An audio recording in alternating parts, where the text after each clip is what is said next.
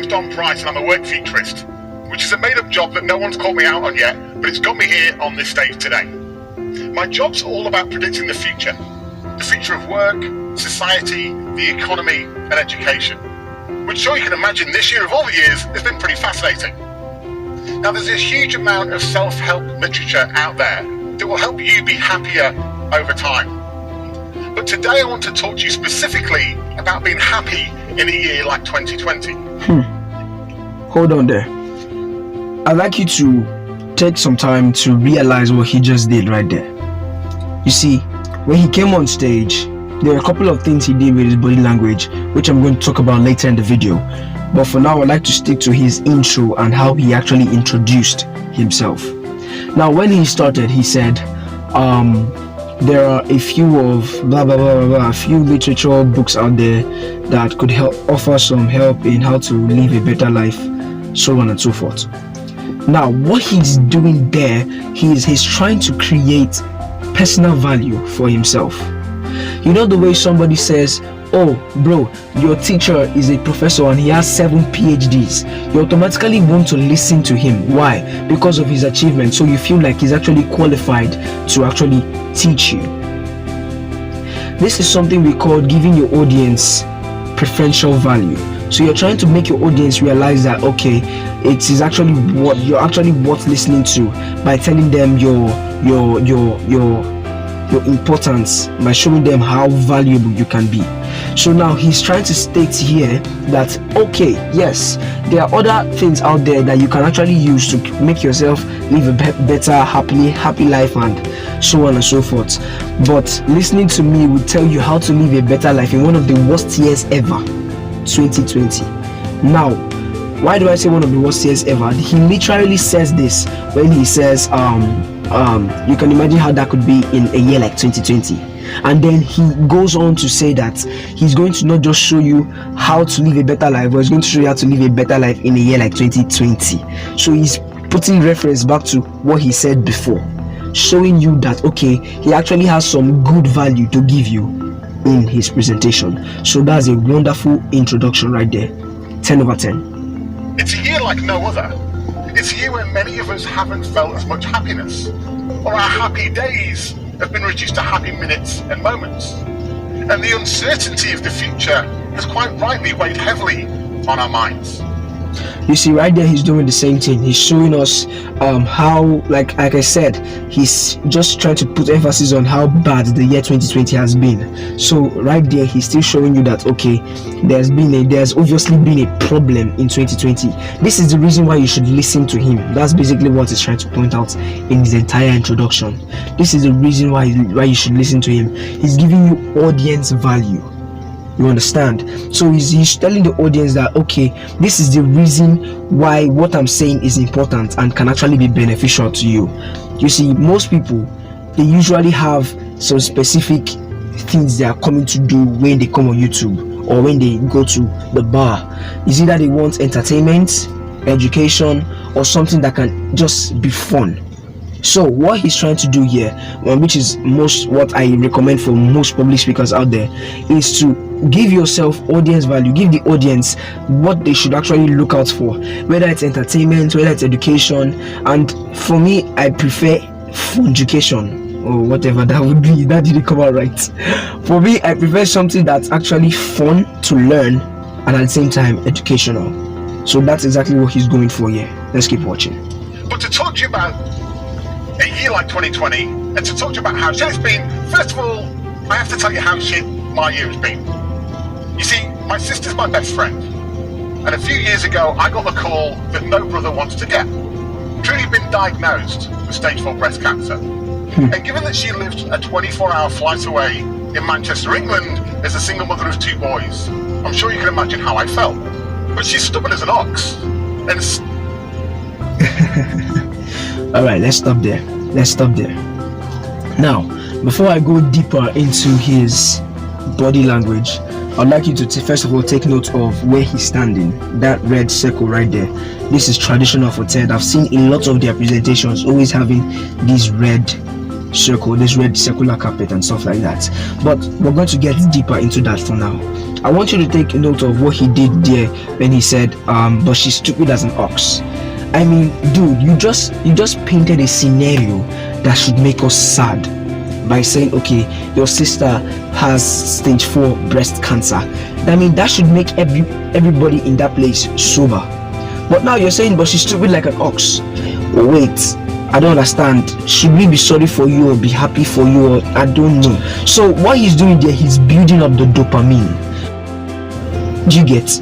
So he's trying to build up that dopamine, like, okay, yeah, she's sick, but yet she's stupid. So should you laugh? You know, when you're on stage and you're a stand-up comedian, making fun of yourself and other people usually helps them to laugh, because most times when people laugh at something, it's either somebody's making fun of themselves or making themselves look more stupid than they already are. So let's see what he's going to say after this. Like I said, he's trying to build that dopamine, so we're already interested in hearing what he wants to say. Which brings me back to another thing: starting your presentation with a story. Now he said, let me start this presentation by telling you how shit my hair has been. Forgive me for using that word, but that's exactly what he said. Now the reason he's doing that is he's trying to build up to a story. He's trying to tell you a story. Now when he says, let me tell you how blah blah blah my year has been, he's trying to tell you that, okay, I'm going to tell you guys a story right now. And you know what human beings do when they hear a story? Story time. What do? You lean forward. Why? Because you want to hear a story.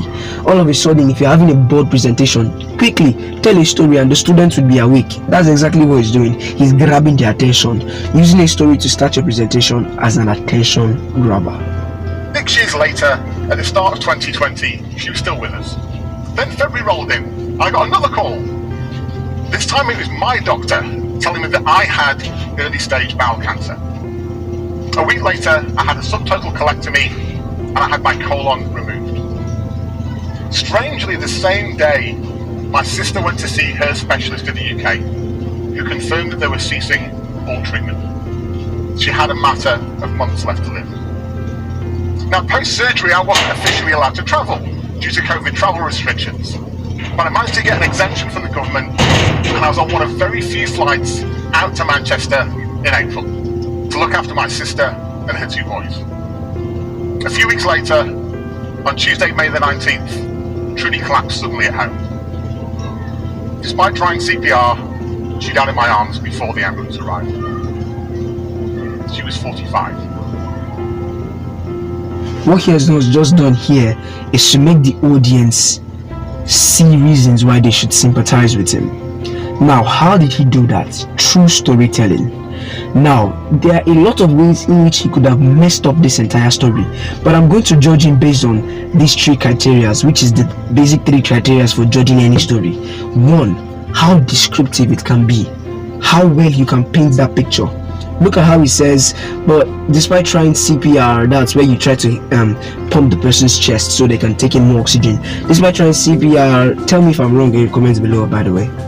Despite trying CPR and at the end of the day, she died in my arms. In my arms.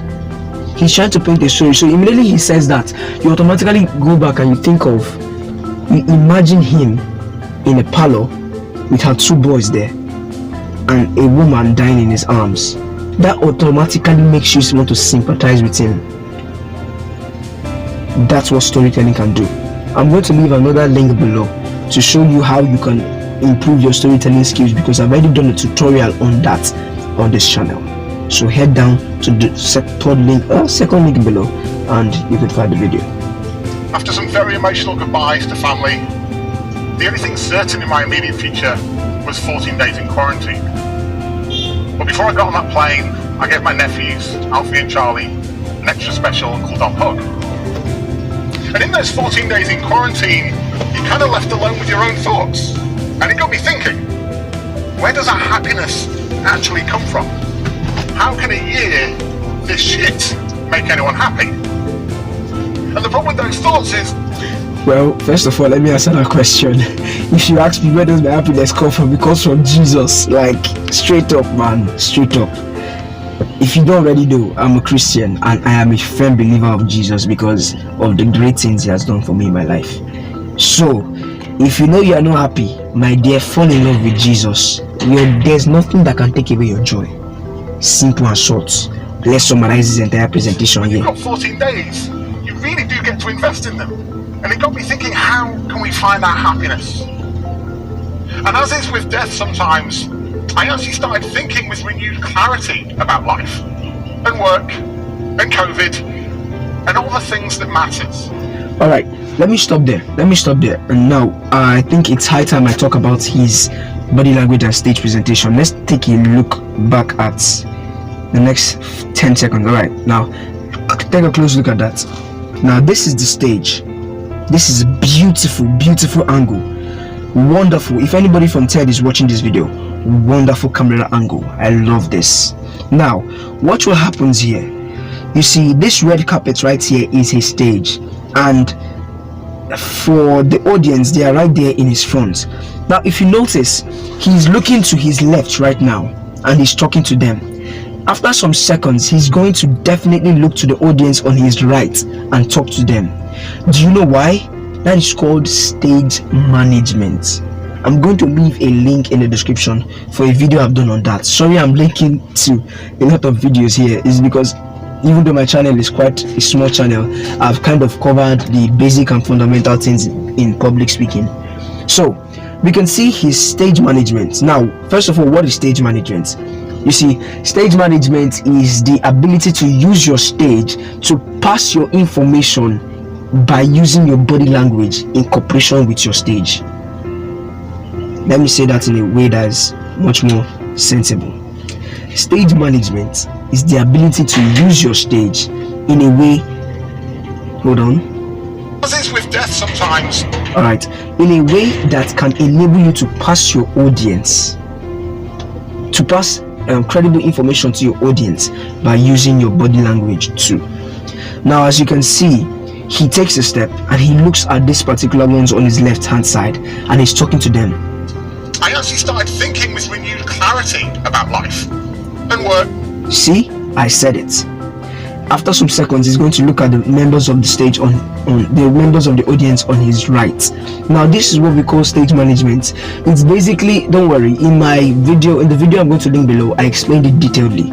This video is already kind of getting a little bit long. We're almost at the 13 minutes mark, so I would like to cut this video here. Now, I'm also going to link the full presentation in the description, so if you want to watch the full video, go ahead. Now, like I said, stage management, watch what he's doing. And COVID and all the things that. Now, he turns and he takes the step back to those on his right. Now, watch what he did right here. Sorry, I'm taking it back. And as is with death sometimes. Look at what he does with his right leg. He takes the step with his left leg and then he plants his right leg firmly. This is what we call a confidence stance. You usually do this when you want to pass a very important message, or you want to drive home a point or something. So that's exactly what he's doing here. Anyway guys, this video is already long enough.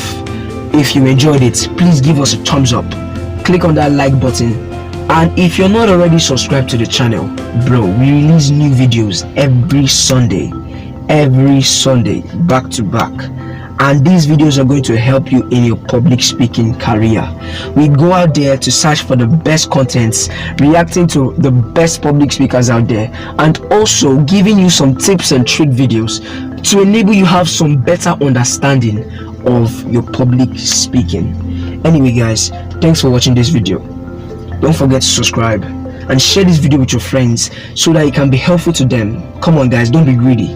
Share this video with your friends so that everybody can enjoy and actually partake in the fun that we are having. Thanks for watching guys, I really appreciate it.